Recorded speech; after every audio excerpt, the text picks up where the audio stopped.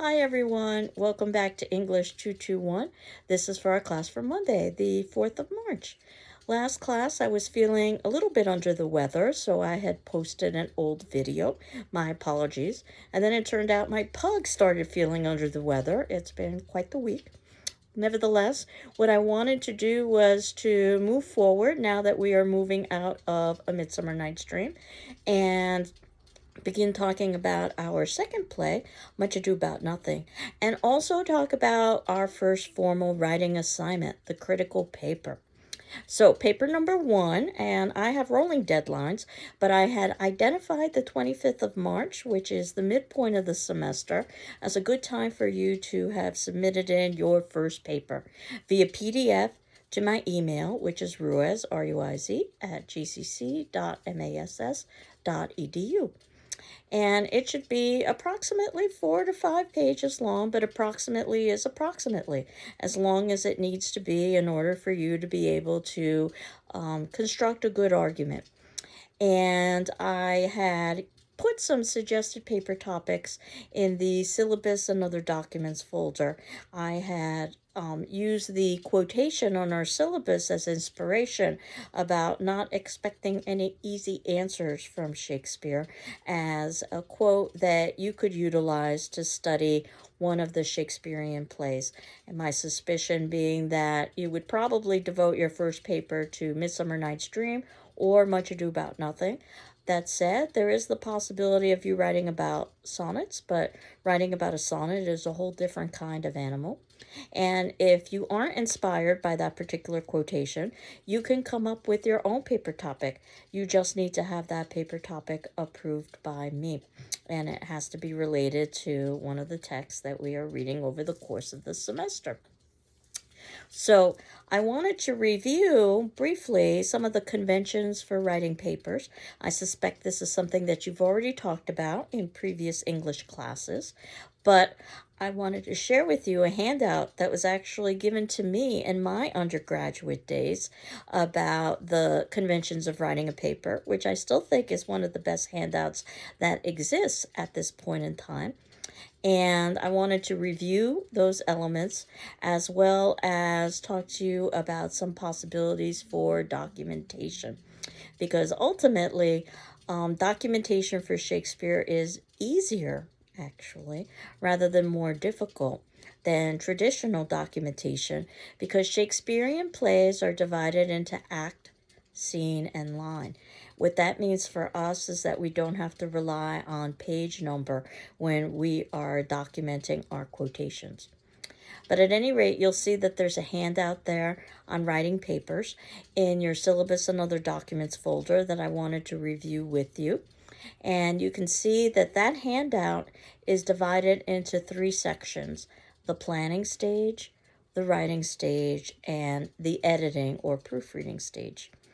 And I can tell you that most students skip the planning stage and they go straight to the writing stage, and they usually skip the editing stage. And I can explain why. Because usually with the planning stage, which needs to happen ahead of time, students more often than not will try to write the perfect first sentence. So they might write something to the effect of, love is a major theme in A Midsummer Night's, and then decide, no, I'm not happy with that sentence. So they'll reconstruct it. In A Midsummer Night's Dream, there are many themes, including love, and then they'll decide they're not happy with that sentence. And then they become so frustrated after they try to write the perfect first sentence that they decide to write nothing at all and to postpone the assignment for the last possible minute, which is usually just hours before the assignment is due. That's when they go to the writing stage, and what they do is end up constructing something that's very hurried and haphazard. And then there isn't enough time for the editing or the proofreading stage. So I encourage you to avoid that. Of course, there's always one exception in every class that can get away with that and do quite well, but most of us can't. So if you happen to be the exception, there's no need for you to brag about it. Just be grateful that the universe has provided you with a gift that the rest of us usually don't have, and that most of us, myself included, have to start early and write in stages. When you're in the planning stage, some of the things that you want to consider are your thesis. And the thesis is particularly problematic because ultimately the thesis is one or two sentences that summarizes what the paper is about. But how do you know what your paper is about until you've written it?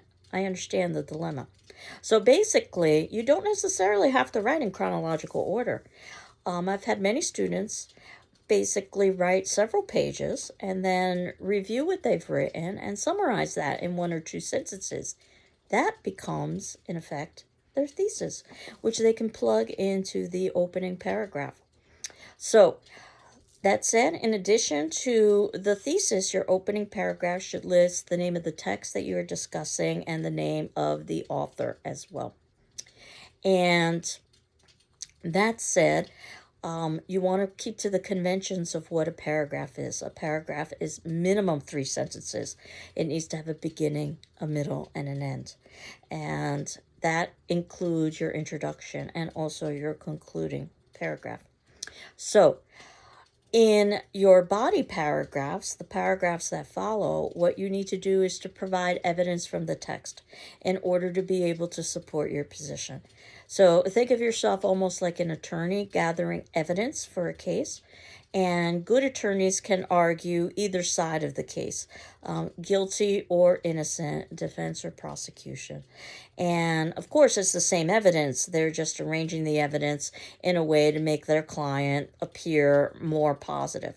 So, or their position appear more positive. And then it's up to the judge, a neutral party, based on the evidence provided in order to make a judgment. I guess you can think of me as the judge, and that it doesn't matter what my biases or my feelings are. Ultimately, it's all based on the evidence that you've presented. My job is to basically take the opposite position of whatever it is you've said. So if you want to say that Helena is a weak character, I'll say, no, she's not. She's a strong character. And then if you say Helena's a strong character, I'll say, no, she's not. She's a weak character.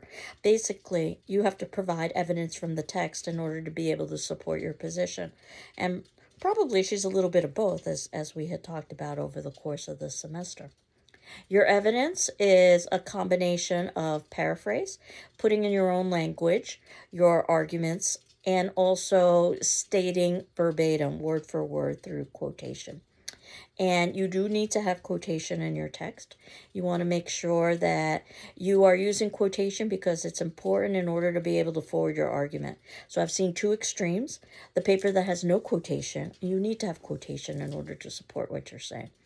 Or the paper that has too much quotation, it reads like someone is just plugging in quotation because they've come to the conclusion that their paper needs to be a certain length. Now, keep in mind that I've indicated that your paper should be approximately 4 to 5 pages, and approximately means approximately. So you're using quotation in order to add value, not to add length to your paper. In fact, much of what I do when I'm evaluating papers is crossing out things, either language that is redundant or unnecessary, or arguments that are redundant or unnecessary, or quotation that is redundant or unnecessary. And I understand how painful that is because now your 4-page paper is a 3-page paper. But better to have a 3-page well-written paper than to have a 4-page paper that could be written better. So the idea is that length comes from argument, not necessarily from language. So your body paragraphs, basically you get to decide when to start and end those paragraphs. A paragraph is supposed to be devoted to a new topic. Your topic can be very broad, it can be very specific, or someplace in between. You get to decide that, and usually that's indicated through the first sentence of the paragraph, which is known as the topic sentence. So if a paragraph is well written, not all paragraphs are, generally speaking, the first sentence of that paragraph serves as a summary of the paragraph. That's called the topic sentence. So you could actually read the first sentences of all of your paragraphs and get, in theory, a good outline of what your paper is about. You might want to try this with some of your textbooks as well to see if you can read just the first sentences and see if you get an outline. And you'll see that not all textbooks are written well. I'm not telling you something you don't already know. However, if the textbook is well written, it should provide a certain direction to your essay. Generally speaking, we want to avoid ending a paragraph in a quotation. The reason why is because we usually comment on the relevance of that quote, so it usually requires a little bit of analysis after the quote. Notice the language I'm using. Generally speaking, you don't necessarily have to always do this, but you want to keep in mind what some of the conventions are for good writing and also for good style. And then you need to have a concluding paragraph, a last paragraph that gives a sense of closure and summary, whether you're restating what your main point was in the introductory paragraph, but you don't want to recopy your introductory paragraph, or whether or not you are basically relating your concluding paragraph to a similar theme or a similar work or even to a similar author. When in doubt, your conclusion 9 out of 10 times can relate to contemporary times. Again, it depends on the situation, but that's one of the ways that you can write a concluding paragraph. And that conclusion needs to be also 3 or more sentences. So, in terms of thinking about your documentation, which is oftentimes very challenging for students, what we want to do is just to provide enough information so the reader can verify the authenticity of your quote. One of the reasons why it becomes complicated is because there are different systems in place for different disciplines. So you might have heard of some of them.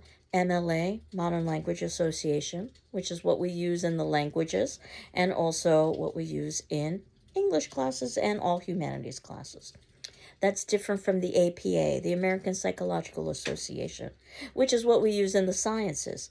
The intent is the same, to be able to provide the reader with enough information so they can verify the authenticity of that quote. But the conventions are a little bit different. I kind of liken it to using a cookbook. Each cookbook is different, and that you're not supposed to memorize the cookbook, though if you utilize a recipe often enough, you probably will end up memorizing it. So what you want to do is go to the correct system, which for us is the MLA, Modern Language Association, and look up your particular situation. And there are different conventions for quoting from books as opposed to magazine articles, as opposed to websites and so forth and so on. And you just look up your particular situation and you follow the exact conventions. So, and it can be very particular as to where you put pieces of punctuation, for instance. And the convention is that you utilize parentheses. This is known as parenthetical documentation. The parentheses in the MLA occur immediately after the quotation. Doesn't matter if you're done with your sentence or not. And in those parentheses, you put the least amount of information. The least amount of information necessary for you to be able to verify or for you to indicate where that quote is appearing so that a reader can verify the authenticity of that quote. So the least amount of information you usually provide is a page number. And if it's unclear what book you're referencing, let's say from that page number, then you might add the author's last name. And if you've got multiple books by the same author, then you might add the name of the title and the author's last name and the page number. And all of this comes together with a works cited page, which is a page at the very ending of your paper that lists literally all the works you cited, all the places you quoted from, all of the websites and the magazine articles and the books and so forth and so on. And they are all listed by author's last name in alphabetical order. And again, there are different conventions for citing something from, let's say, a website, as there would be from citing something, let's say, like a book. And again, you just follow the conventions. And this is where you give all the detail, place of publication, publisher, and so forth. So you write it once at the end. And then a reader who is reading your paper would be given the least amount of information within the body of the paper where that quote appears. And then they would go to the ending of the paper and look up all of the information about that particular author or that particular website. And then they could verify it on their own if they so decided to. They probably wouldn't, but they could do so if they wanted to. So, that said, things are easier, as I had indicated, with Shakespeare and Renaissance drama because we don't have to rely on page number. We can rely on act, scene, and line. In fact, that's what I've been doing when I've been referencing quotations. Act, scene, and line.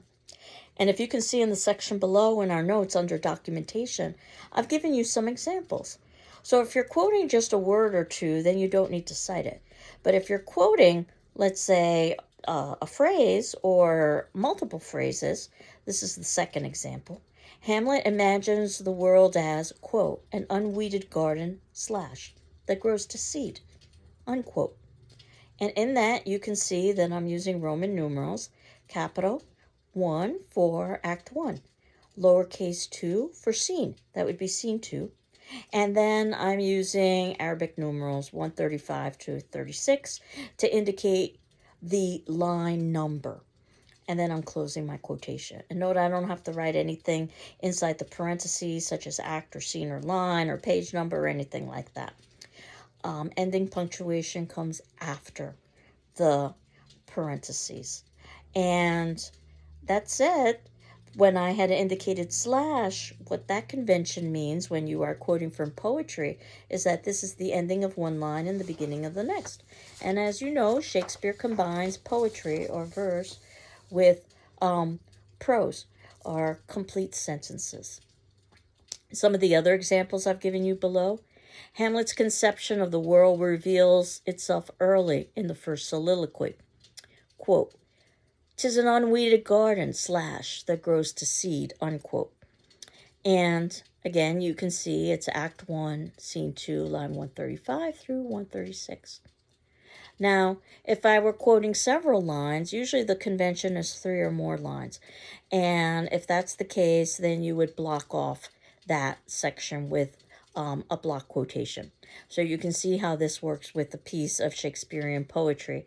Hamlet begins his first soliloquy with a wish for self-destruction. Oh, that this too sallied flesh would melt, thaw and resolve itself into a dew, or that the everlasting had not fixed his cannon against self-slaughter. And then immediately under that, so you notice that the ending punctuation comes first, before the parenthetical documentation, when you are using block quotes. Act 1, Scene 2, line 129 to 32. So basically, you end the line where the end of quotation is. So if you're quoting more than 3 lines of poetry, then you would block it off. Or you can see that if you are going to leave out a word, or actually multiple words, what you can do is use an ellipsis or multiple basically periods or dots to indicate that you've left out a piece. Hamlet reflects upon the temptation to destroy himself, as when he wonders, who would bear the whips and scorns of time? And then I've got the ... when he himself might his quietest make with a bare bodkin.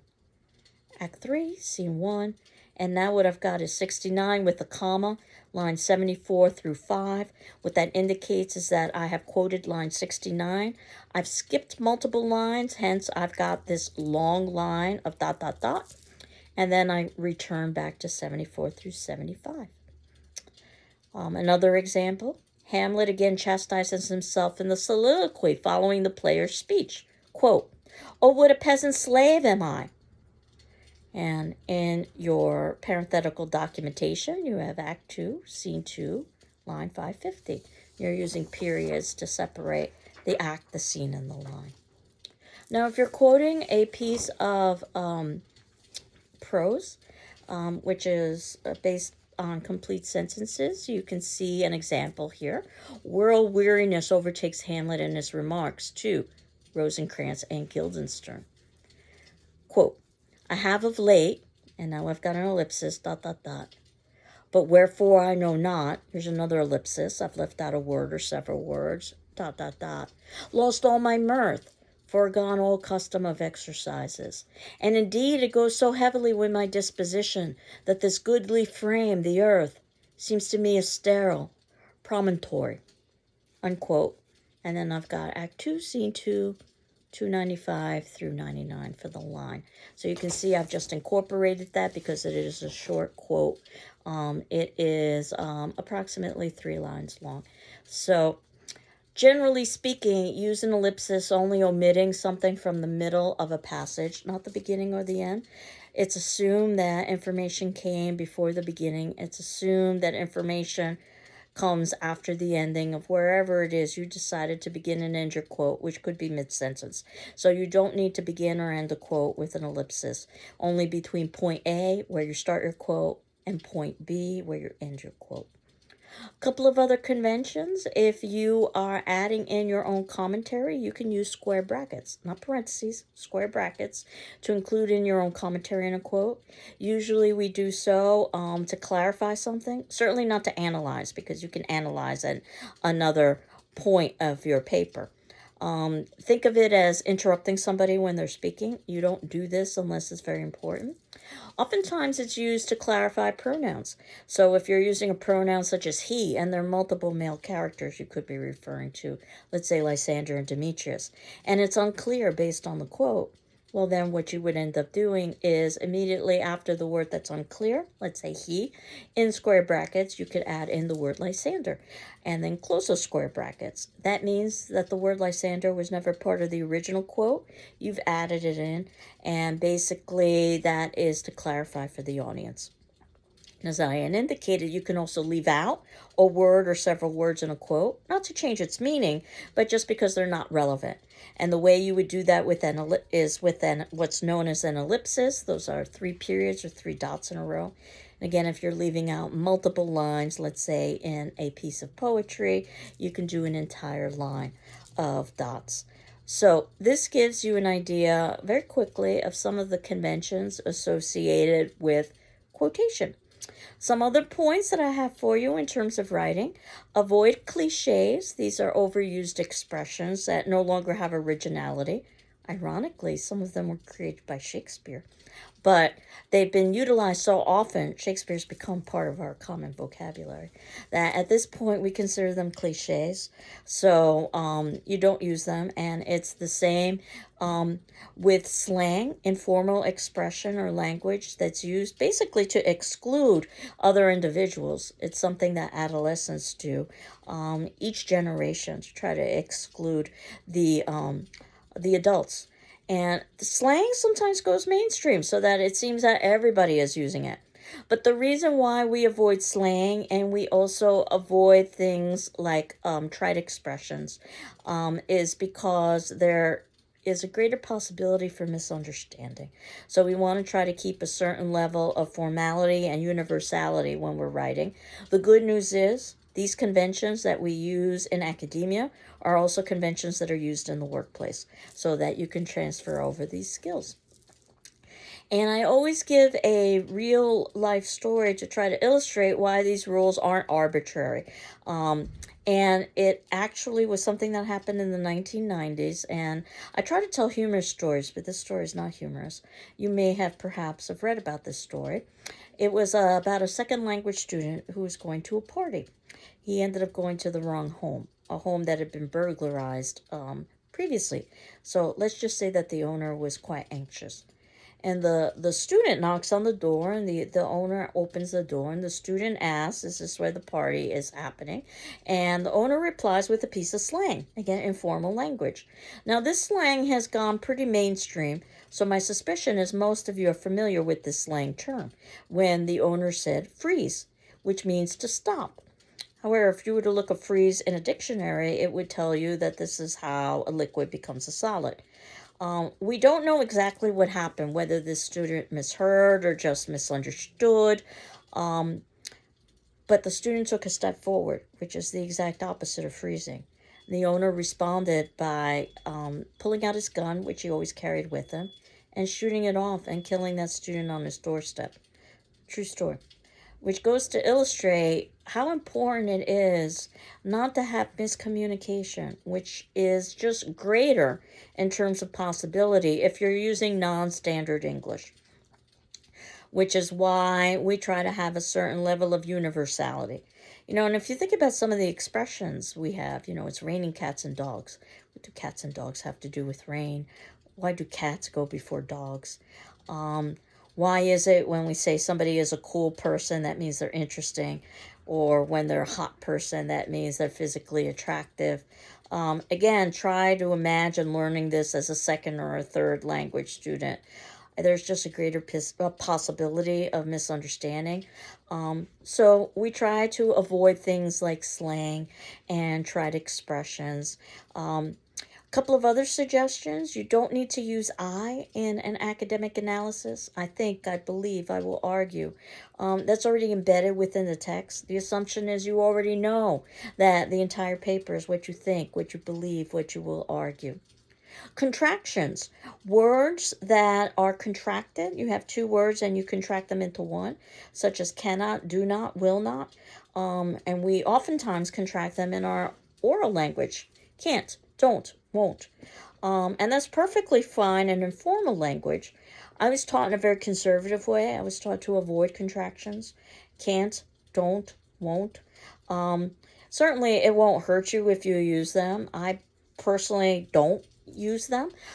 It's not that it's an error necessarily. It's just a question of style, even though that does lengthen your word count. And I've just finished talking about that you want to try to be as concise as possible in your word count.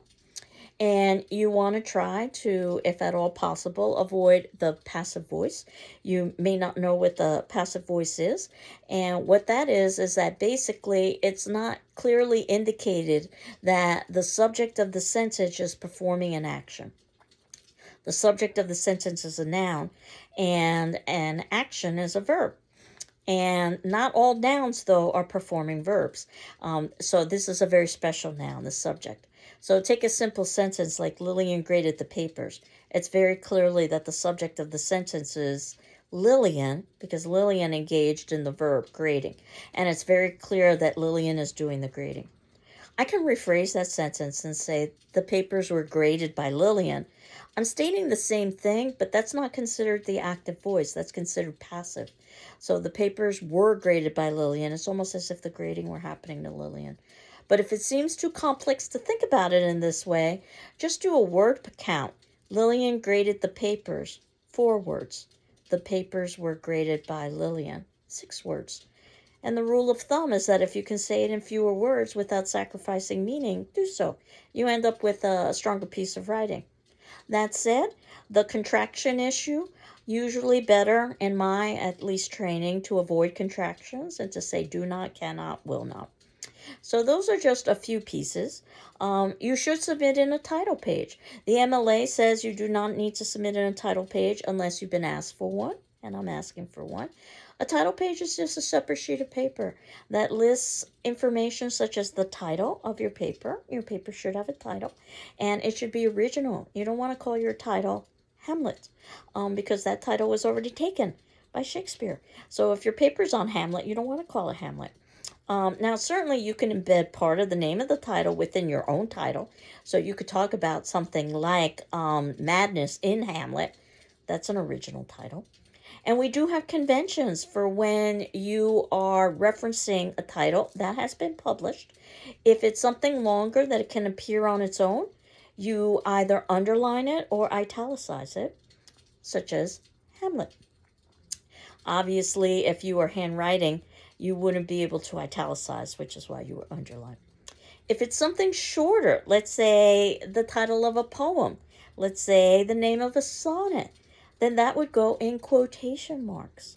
So that said, you can easily tell when you're reading something, if it's been published, whether it is put in underlining or in italics, or whether it is put in quotation marks, and whether that thing is a longer text that can stand on its own, or a shorter text that can be embedded into a longer text by using those conventions, which you should utilize when you are referencing a text, and you will have to reference the text in your opening paragraph.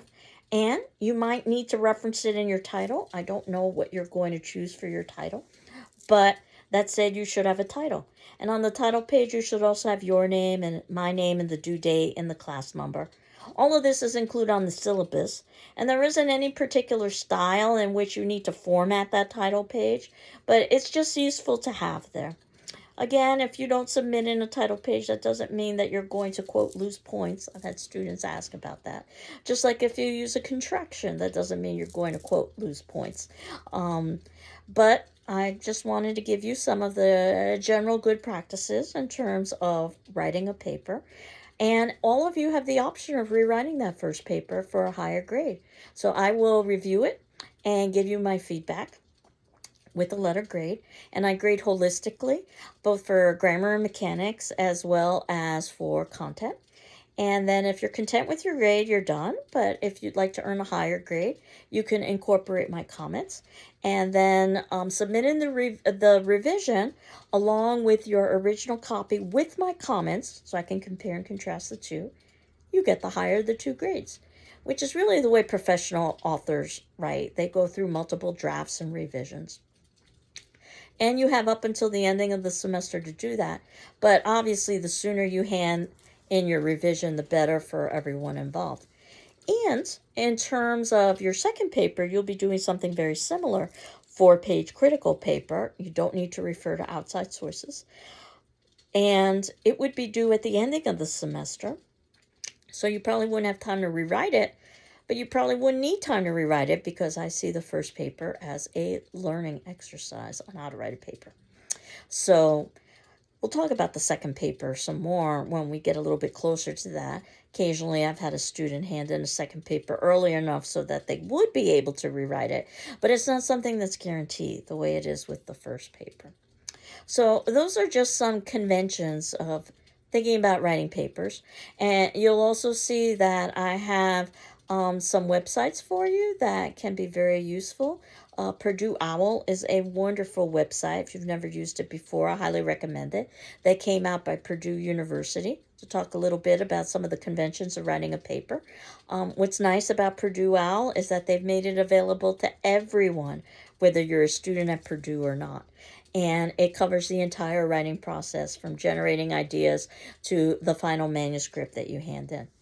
And in terms of the final manuscript that you hand in, what's ideal is that you have some time between when you do editing and when you actually hand it in so that you can look at it with a fresh eye. Ideally a few days, but at bare bones minimum, at least a few hours. If you're having difficulty when you're proofreading, try not only reading it out loud. A lot of times you can hear when something sounds wrong, but read it backwards. Start with the last page and work your way to the front so that you can really focus on the sentences themselves rather than on the content, so that you can find errors within them.